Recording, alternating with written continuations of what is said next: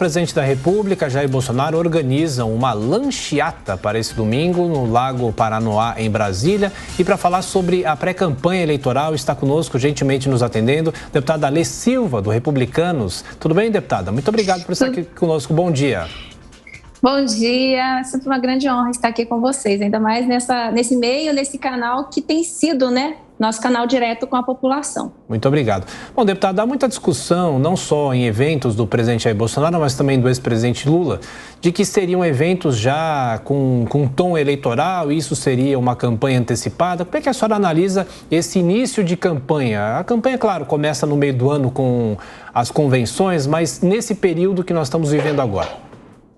Bom, existe uma grande diferença para o pré-candidato que já está no cargo para com aquele que não tem cargo nenhum. Eu cansei de ouvir, junto às ruas, a população, o seguinte, que político que está no cargo, ele não precisa prometer mais nada. Ele tem que mostrar e provar o que já fez. Então, é o que o nosso presidente da República está fazendo, ele está no cargo, ele tem a obrigação, sim, de prestar essas contas, de entregar essas obras, ele tem a obrigação, sim, de aparecer em seus eventos públicos, e na maioria há manifestação voluntária de populares que estão ali gastando o seu próprio bolso, muito pelo contrário aí de alguns que fazem eventos públicos, contando com dinheiro público, e ele está cumprindo a sua obrigação, prestando suas contas. Agora, com relação a outro senhor candidato, o eterno condenado, eu sempre ouço dizer, o descondenado. Não, para mim ele é o eterno condenado, porque ninguém disse que ele é inocente. Podem ter-o tirado da cadeia, mas o povo mantém preso.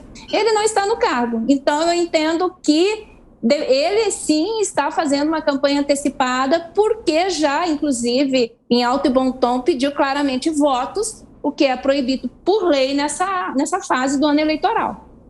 Deputada, na sequência, a pergunta de Brasília, José Maria Trindade.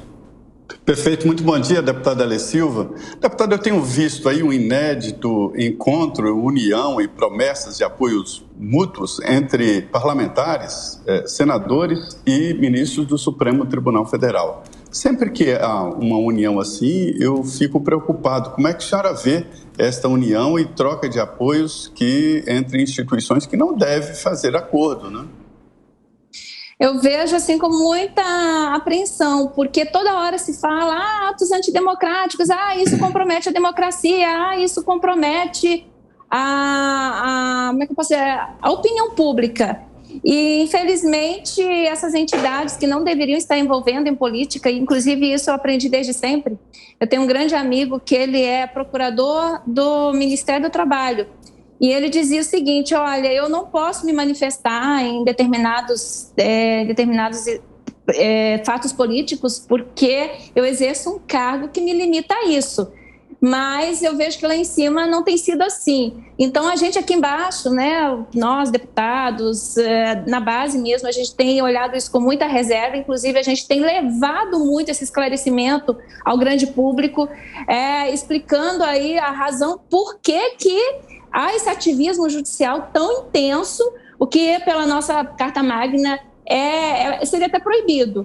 Mas ainda bem que hoje nós temos os meios alternativos de informação, como a rede social, e que esse nosso público tem entendido muito bem e tem levado essa informação para outras pessoas que ainda não se adaptaram muito bem com as redes sociais. Então eles inclusive, têm visto tudo isso com muita desconfiança.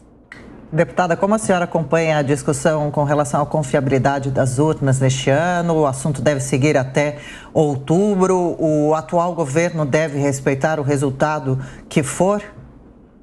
Pois olha, eu sempre digo isso, nenhum sistema tecnológico, nenhum sistema de organismo natural, ele é 100% confiável, Isso em ciência, tanto que tem esses defensores aí da ciência, sabem muito bem disso, Nenhum organismo nos oferece 100% de confiabilidade. Outro dia até falei sobre o exame de DNA. Se faz um exame de DNA e ainda assim, ainda que vendo positivo ou negativo, cabe uma ampla discussão dentro do processo, dada essa questão, que nada é 100%. Então, a gente sabe, evidentemente, que nem a urna é 100%, Agora, saber até que ponto que esse comprometimento tecnológico pode intervir no resultado de um pleito eleitoral. Lembrando que um pleito eleitoral é uma coisa muito, muito séria. todas as pessoas que eu tenho encontrado, elas têm se manifestado que querem ter o seu voto respeitado, e eu entendo que seja lá qual for o resultado, quem quiser, quem tiver fundamentos, argumentos para discutir, tem que discutir sim, gente. Isso é democracia. A gente faz o meu jus postulante, inclusive. Entendeu? Então, não tem por que dizer, é antidemocrático. Pô, antidemocrático é a pessoa não poder reclamar os seus direitos. Deputada, falando sobre as discussões do Congresso nesse ano eleitoral, muitas matérias vêm sendo discutidas, nós temos essa discussão interminável sobre redução de impostos sobre os combustíveis, né, para aliviar o bolso da população. No âmbito do Congresso Nacional, o que é possível se fazer ainda em relação a isso? Pois olha, uma das bandeiras que eu sempre levantei é a bandeira das privatizações, abertura de mercado. Nós ainda temos um sistema burocrático muito travado no Brasil quando se fala em abertura de novos postos de trabalho. Eu vou te citar um que é com relação à pauta do pneu remote para motocicletas, que é proibido, veja bem, é exatamente esse termo, proibido no Brasil desde 2004. E ainda que laboratórios autorizados pelo Inmetro já atestaram que esse pneu recuperado, ele pode não ter a mesma durabilidade que o pneu novo, mas oferece a mesma segurança. E a gente não consegue avançar nessa pauta. Mas por que não consegue? Porque ainda tem os meios burocráticos governamentais bastante travados e dominados, né, por entes da esquerda, que a gente ainda não conseguiu vencer.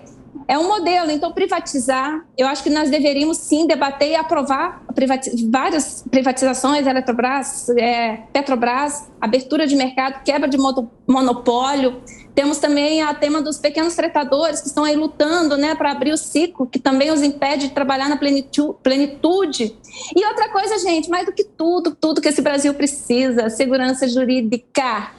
Hoje nós não conseguimos avançar na nossa economia por causa de insegurança jurídica. O investidor que poderia estar trazendo recursos, como eu sempre digo, recursos saudáveis para o Brasil, porque ele vem não lastreado na dívida pública, ele se abstém disso porque nunca sabe como que um tribunal vai decidir a respeito de uma certa demanda. Às vezes ele quer ali ampliar a sua planta industrial e deve, né, acabar realizando algumas desapropriações, e aí é discussão para mais de 10 anos, e quando se chega, até que em primeira, segunda instância, você ainda tem um pouquinho mais de tranquilidade, né, porque os juízes de primeira e segunda instância costumam respeitar o texto de lei, sem abrir muito espaço para jurisprudência, para súmula, né, as lacunas, as famosas lacúnicas jurídicas.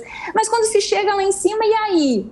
Acabam lá em cima os senhores, né, que estão lá querendo decidir de acordo com as suas pautas ideológicas, políticas, partidárias, ignorando o que diz Sim. a nossa lei ordinária e a nossa própria Constituição. Zé Maria? Deputada, os parlamentares que vieram nesta legislatura, né, eles começaram ali um processo, inclusive com seu apoio, para mudar ali o Congresso, a maneira de agir. A senhora acha que conseguiu, essa nova geração que chegou no Congresso, mudou alguma coisa por aqui no Congresso Nacional? Ainda não. Infelizmente ainda não, porque nós ainda somos minoria. Isso eu tenho falado muito nos meus discursos também. Nós chegamos lá com muita força de vontade, estávamos assim, enfrentando o sistema de peito aberto e quase que o sistema derruba a gente. Veja bem, né, os partidos ainda são muito fortes dentro do Congresso, partidos caciques partidários, mesmo não estando em nenhum cargo como deputado, senador, estão lá do lado de fora, eles comandam muito cá dentro, e acaba assim, em prol das questões pessoais, das vaidades políticas pessoais, de poder, né, vem as demandas. E aí eu não sei o que acontece, porque a gente às vezes abraça uma causa, né, uma pauta, como foi a questão do voto impresso, como foi a liberdade do Daniel Silveira, que seria assim um paradigma de mudança lá dentro, mas nós fomos voto vencido. Agora, com essas alterações partidárias que nós tivemos, veja bem, o partido presidente hoje está com 77 parlamentares. Inclusive, eu uso isso também para rebater os resultados das pesquisas eleitorais que sempre o colocam atrás de um suposto primeiro colocado. Porque, veja, os deputados andam às bases, os deputados ouvem seus eleitores. Você acha que se ele tivesse, né, se o presidente estivesse tão ruim assim, esses deputados que amam suas bases, que já estão em busca aí de votos para se reeleger, teria ido para o partido do presidente? Não teria. Então, assim, a gente quer trabalhar isso. Eu acredito que esse ano é mais um ano assim, decisivo para levarmos ainda mais congressistas que pensam igual a gente, que nós queremos mudar o regimento interno, mas mudar de forma consubstancial. Nós queremos mudar o sistema eleitoral, mas que também atenda os anseios da população, por exemplo, a candidatura avulsa, pelo menos para os cargos majoritários. E nós, infelizmente, não conseguimos avançar nesse tema. Mas, assim, aí a cultura também. Então, acredito que cada vez mais, com a ampliação da internet, com o acesso das pessoas às informações, conheço muitas pessoas que antigamente não gostavam de política, passaram a nos acompanhar, a gostar de política por conta desse nosso jeito diferente de ser e porque nós realmente ouvimos a voz do povo. Deputada Alê Silva, mais uma vez obrigado pela atenção, pela gentileza. Até a próxima. Eu que agradeço aí, gente. Um grande abraço para vocês. Tudo de bom. Bom final de semana e fé em Deus para Natal. Tamo junto. Abraço, igualmente.